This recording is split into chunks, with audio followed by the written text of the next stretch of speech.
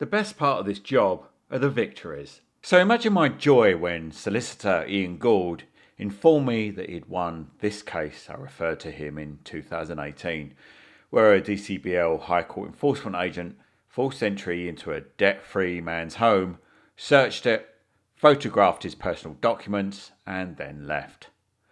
Yeah, I'm recording it. I'm telling you, leave my stuff alone. You've got no right to look at my stuff. Are you Neil? Get out! That is. Are you Neil? Get out! Are you Neil? Get out of my home. Get out of my home. It's none of your business. Stop taking.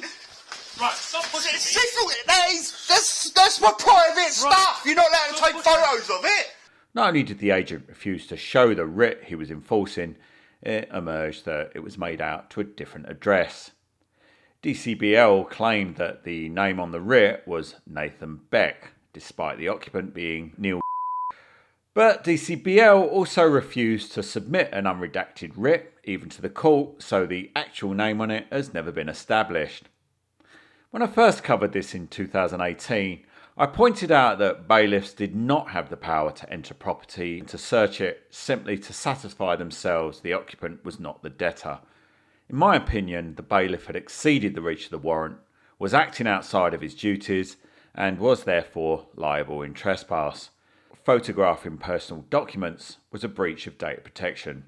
At the time, a number of internet forums who claimed to provide assistance to those hounded by bailiffs ridiculed my analysis, smeared me, and insisted that bailiffs have a blanket exemption from trespass irrespective of their unlawful behaviour, an immunity that not even the police enjoy.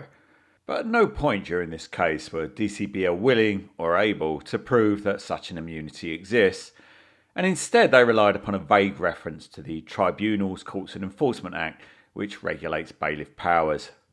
This act only provides protection from trespass where they act within the execution of their duties and in respect of those who owe the debt.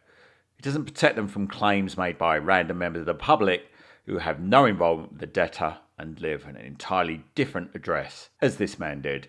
Ian Gould, acting for the claimant, sued for assault, trespass, misuse of personal information and aggravated damages. DCBL's defence was that their agents were immune from trespass and that the claimant's refusal to show ID when requested gave the agent reasonable suspicion to believe he was the debtor in question. They also claimed that photographing personal documents was necessary to satisfy the creditor that the occupant was not who they sought and thereby ensure that he wasn't troubled again.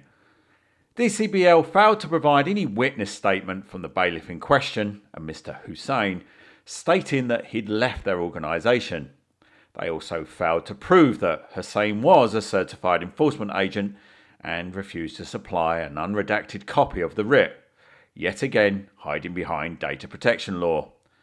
They argued that the claimant had overreacted and made the situation worse and that no assault had taken place as Hussain had entered peacefully. Even when it became clear that DCBL had no hope of successfully defending the claim, they insisted on cross-examining Neil in the hope of limiting the inevitable payout.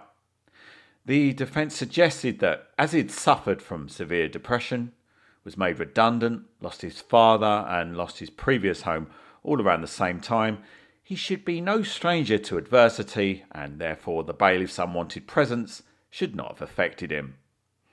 This did not go down well with the trial judge, who ultimately found in favour of the claimant. In his oral judgment, he stated, "Trespass. The defence's assertion that the claimant Neil was evasive, giving Mr. Hussain reasonable suspicion that he was the debtor, is not made out. Mr. was not being evasive by refusing to provide information Mr. Hussain thought he was entitled to. Under Schedule 12 of the Tribunals, Courts and Enforcement Act 2007, a High Court enforcement agent can enter if they reasonably believe it is where the debtor usually lives. But there is no evidence that Mr. Hussain was a High Court enforcement agent. The defence pleads that he is. However, the lack of disclosure or witness statement video evidence does not make it clear. The defendant has failed to prove, as it should have been able to do, that Mr. Hussain was a High Court enforcement agent. Therefore, Mr. Hussain and DCBL are unable to justify the trespass pursuant to Schedule 12. Even if this were not the case, there is no evidence that Mr. Hussein reasonably believed he was entering a debtor's premises. There was no evidence of a writ naming the person Hussein sought as a debtor or that he was connected with the claimant's address. DCBL failed to prove that it served a notice of enforcement at the claimant's address. Paragraph 7, Schedule 12 makes it a prerequisite. Therefore, I'm satisfied that the claimant has made out his claim in trespass. Assault. The test set out in Collins and Wilcott that must be established is that the defence acts in such a way that causes another person to fear immediate violence against their person. I'm satisfied that by crossing the claimant's threshold, Mr. Hussein at no stage took a backward step. The claimant stepped back as Mr. Hussein was in combat gear. The claimant said he did not know what Mr. Hussein was going to do and he barged in. This is sufficient to make out the tort of assault. By barging in, Mr. Hussein did assault the claimant and was not acting in the course of his employment, and they, DCBL, are therefore vicariously liable. Misuse of private information.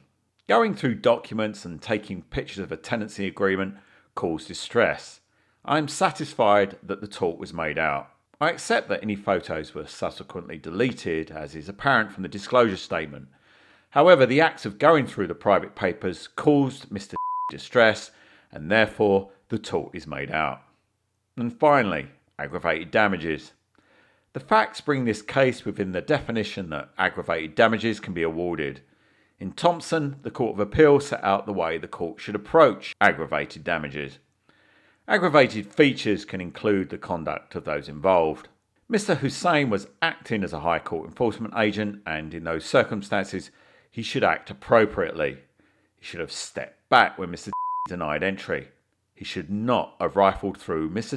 documents when told not to. The judge awarded £10,000 in compensation to the claimant, and DCBL were instructed to pay all of his legal costs. Now, although this does not constitute a legal precedent and is not binding on any other court, it will hopefully encourage others who have suffered at the hands of unscrupulous bailiffs to pursue legal action. In fact, I would go so far as to suggest that DCBL's unscrupulous activities and their failure to abide by court rules of disclosure expose them to potential loss even when their agents have lawfully entered premises. Why is that? Well, if DCBL cannot prove the offending bailiff is certified and they're not willing to produce an original copy of the writ to the court, then a claimant will automatically succeed in trespass and possibly in assault against them. But you have to consider why DCBL regularly refuse to enter bailiff witness statements or give evidence. In my opinion, it's because so much of what their agents do falls outside of the law or is just downright criminal. They're worried that their agents, by giving evidence, will accidentally incriminate themselves or others. It's also my belief that they're using some writs of control as a means to pursue multiple debtors or to search homes they suspect may be harbouring debtors without reliable evidence to back up that suspicion. That's certainly what happened in this case. And perhaps they abuse the same writ so often they lose track of all those abuses and become fearful that disclosing the full details of the writ to the court could potentially expose their shady practices and incriminate them. It's common knowledge that many DCBL agents intentionally avoid sending out enforcement notices to debtors as they're required by law to do, so that they can take the debtor by surprise. And if so much of your practices involves shunning regulations and adopting criminal methods to extract money from debtors, then destroying body-worn video to cover this over would be standard practice. Certainly for an organisation as cold, corrupt and ruthless as DCBL. Regardless of their criminal methods, this case has been a deserved slap in the face for DCBL, and I hope it isn't the last. My sincere thanks to Ian Gould and his team for backing this case all the way to trial when most lawyers would have thrown in the towel. He has been a massive source of inspiration to me, and for that reason I place him in the highest regard. This success reminds me precisely why I do this job, not to test the law, but to hold to account reckless organisations that think the law doesn't apply and they're free to abuse the public in pursuit of their own selfish agenda.